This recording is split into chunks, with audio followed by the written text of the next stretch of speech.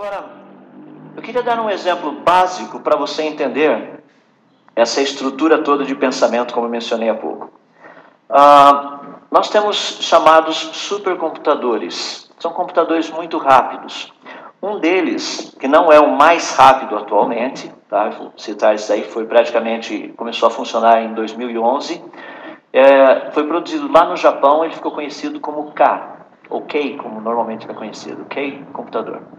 Ele tem um volume, essa máquina toda, é de aproximadamente 1.200.000 metros cúbicos, só para você ter uma noção. São cerca de 1.200 metros cúbicos, 1.200.000 litros. O peso dele passa de 10 toneladas. A potência dele são quase 10 megawatts. Em outras palavras, é um bairro todo de uma cidade a quantidade de eletricidade que ele gasta para funcionar. A temperatura dele, ele é refrigerado a água, tá? Porque senão o sistema derrete. A frequência dele é acima de 3 GHz. A velocidade dele, aí é um negócio impressionante, é de 10,5 petaflops.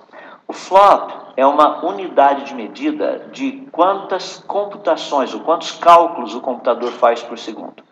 Então você tem o kiloflops, que seriam 1.000, você tem o megaflop, que seria 1 milhão, você tem o gigaflop, que seria 1 bilhão, daí você tem o teraflop, que seria 1 trilhão, e você tem um petaflop, que seria 1 quatrilhão.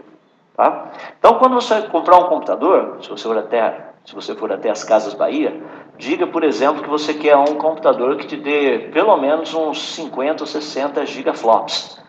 Você vai perceber que o vendedor vai ficar boiando. Ele não vai ter a menor ideia do que você está falando. Ele fala, não, moço, nós temos aqui bons computadores, mas são de 8 gigabytes. Falo, não, eu quero um de 80, mais ou menos, gigaflops. Não, moço, o que a gente tem aqui no máximo não tem gigaflop, tem gigahertz, tem gigabytes.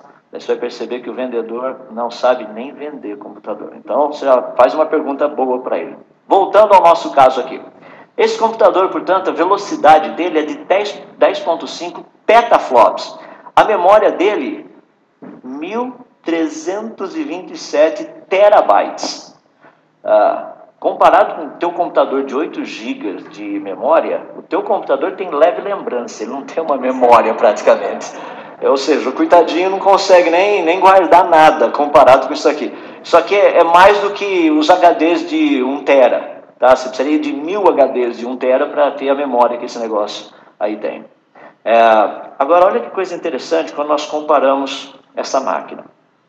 Se nós pegarmos computadores que têm um processador Intel, o chamado i7, tem 4 cores lá dentro, o de 3.0 GHz. Se pegarmos computadores que têm esse processador em uma configuração de 8 GB de memória, nós precisaríamos de 50 milhões desses computadores trabalhando por 1 hora inteirinha para fazer o que esse computador também faz em 1 hora. Então, se você quiser um computador, quantos computadores seriam necessários para serem compatíveis em termos de velocidade, produzir a mesma coisa que esse daí faz? Nós precisaríamos de 50 milhões deles com essa configuração. Tá?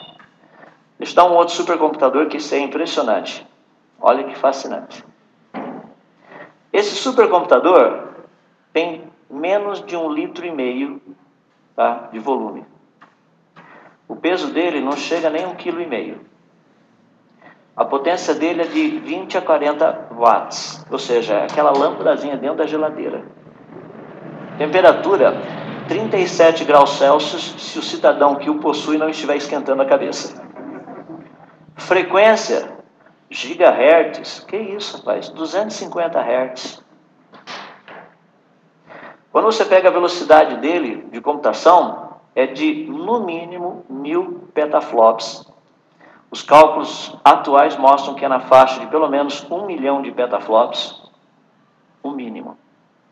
A memória é estarrecedor o negócio. Porque o sistema de memória desse computador, a memória não é fixa. A memória dos computadores, elas ficam acopladas desse jeito. Aqui você tem os terminais e aqui a memória.